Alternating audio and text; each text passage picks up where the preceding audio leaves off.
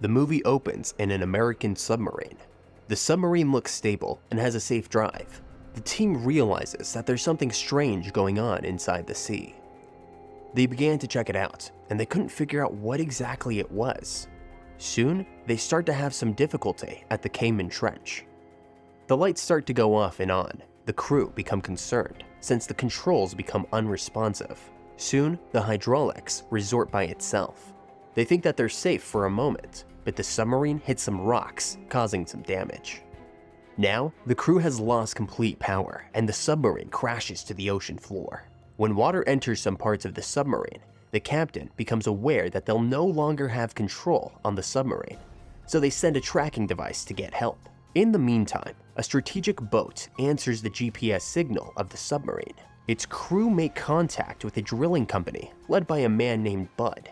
The crew were in the middle of an operation under the sea, mining submersibles. Bud orders them to stop their activity for the time being. Soon, the team is told that the company has volunteered their services. They need them to support the rescue mission because they're the closest one to the submarine that doesn't work anymore. They're offered 3 times their normal salary since it's a difficult mission. Bud is not agreeing with this idea because he thinks that the team lacks the experience to do this kind of difficult mission. However, Bud is told that he will be joined by a SEAL company that can provide the necessary expertise. Bud is found in a video discussion with his ex-wife. They're contending like generally. She's disagreeable with both the tactical man and the drillers. Since they believe that she's a miscreant, since she's solid and talks about her thought process, it's valid. Anyway, it's Lindsay accompanying the Naval Force SEALs down to the submerged stage in another submarine, as she constructed it and understands it better than any other person. Prior to entering the stage, Lindsay advises the SEALs regarding the gamble of entering the compressed climate, letting them know that even many individuals can't deal with it together. A man named Haram Coffee is cavalier about this thought. On the opposite side of the entryway, a man, who they call Catfish DeVry, one of the oil laborers, he messes with another, Hippie. He tells them that he fought guys tougher than the SEALs, and that his right hand used to be called the Hammer. Before long, Lindsay starts to assess it, and she's stressed over the apparatus. She's been dealing with it for quite a while. As Bud and Lindsay attempt to check the apparatus, she sees the ring on his finger. She asks him for what good reason he's yet wearing his wedding band. She lets him know that she hasn't worn her wedding band for a really long time. They start to fight, and Bud, being irate, rips off his ring in disappointment. Before long, he thinks twice about it. However, at that point, returns it on, coloring his hand synthetic latrine blue all the while. In the interim, Coffee endeavors to assume command over the mission. However, Hippie is unfortunate to join because of the radiation spills. Coffee trains the oil laborers with no hint who will lead the activity. Regardless of Bud not concurring, the group is prepared to make a plunge in 15 minutes. Meanwhile, another more accommodating SEAL laborer shows Hippie and Catfish an exceptional submerged breathing innovation that is utilized while undertaking a truly profound jump. He attempts to check the innovation, utilizing Hippie's rodent, by dropping him into a little tap loaded up with liquid.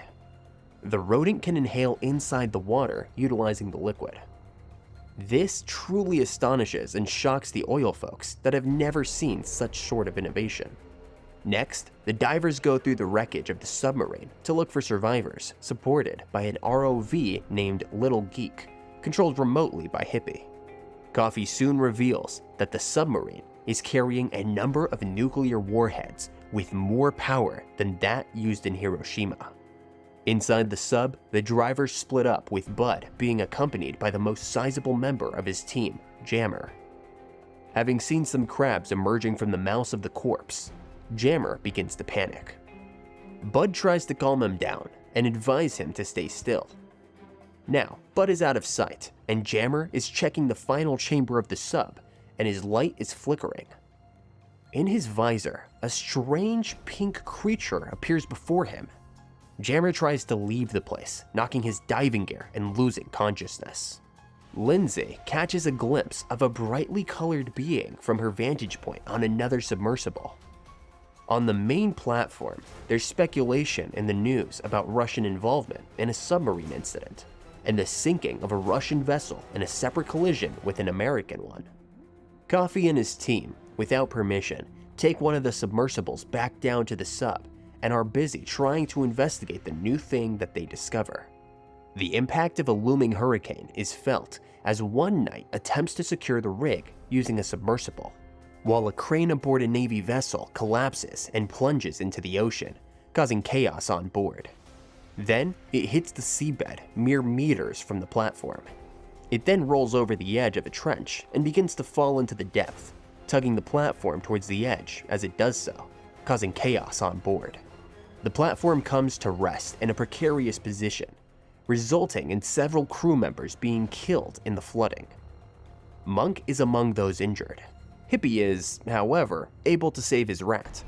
The remaining members of the team try to repair what they can and hold on to the materials that they need. Lindsay encounters the alien species for the second time, deeming it to be friendly and inquisitive rather than a threat.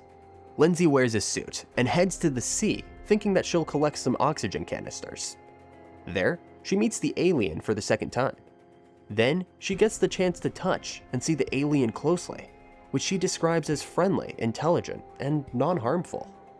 Later, using a surveillance camera mounted on ROV, Hippie spots that Coffee is in possession of a warhead and shares this information with Bud and Lindsay.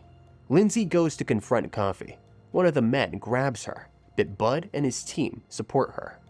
There's a brief standoff before the oil workers leave. We see Coffee clasping a pistol behind his back. Bud has been argumentative about Lindsay siding up with the alien, but he soon faces an event that makes him reconsider it. A snake-like seawater-based arm creeps into the oil workers' quarters, creating Bud's facial expression and appearing friendly. Next, he heads to Coffee, who's not interested.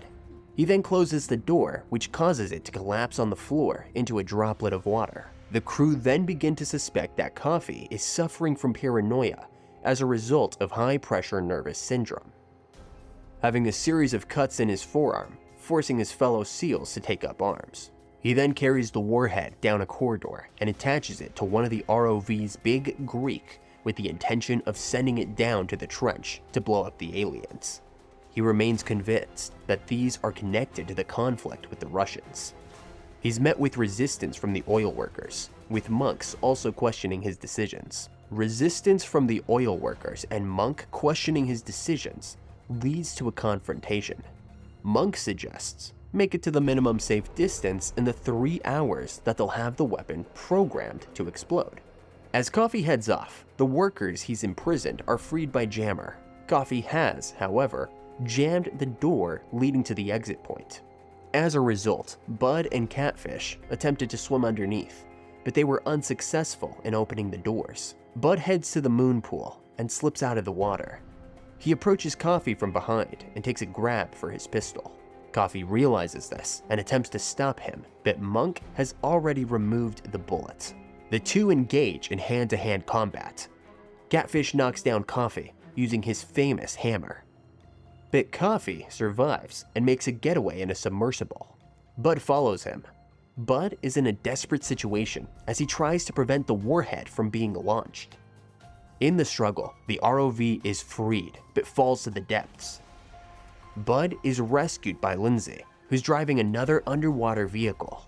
A major tussle ensues, with the two submersibles continually crashing into one another. Coffee's vehicle is severely damaged and falls to the trench, killing its occupant. Lindsay's vehicle is also damaged, and water is gushing in, but Bud is unable to help her stop it. Lindsay begs Bud to get suited and swim her back down to the platform, knowing that she'll drown, but at least they'll have a chance of reviving her. In the next sequence, the other workers spot a wetsuit-clad Bud swimming through the water, holding Lindsay's body, and he desperately tries to revive her. Desperately trying, he's on the brink of giving up, when a pale and weakened Lindsay sputters back to life. Bud has saved her, It's at this point that the crew realizes that there's still time to disarm the missile tip that's now resting at the bottom of the trench. Bud volunteers for the mission and is kitted out with a special white suit and the same liquid previously demonstrated using Hippie's rat.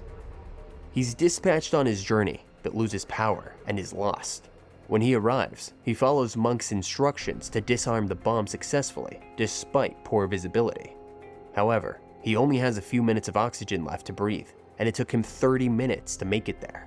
Bud makes an impression on Lindsay, telling her he'll remain there some time, that he realized it was a one-way ticket, and that he cherishes her. Prior to dropping, he's welcomed by one of the brilliantly shaded nearby occupants, who connects a hand.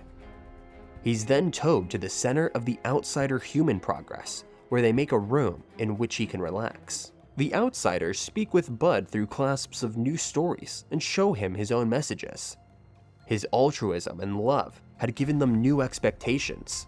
In the last scene, the spacecraft moves gradually up to the surface, containing the oil-boring stage and its occupants. Bud leaves the boat to embrace and kiss Lindsay, welcoming her as Miss Brigman. These occasions have saved the world and Bud's partners, as well as his marriage.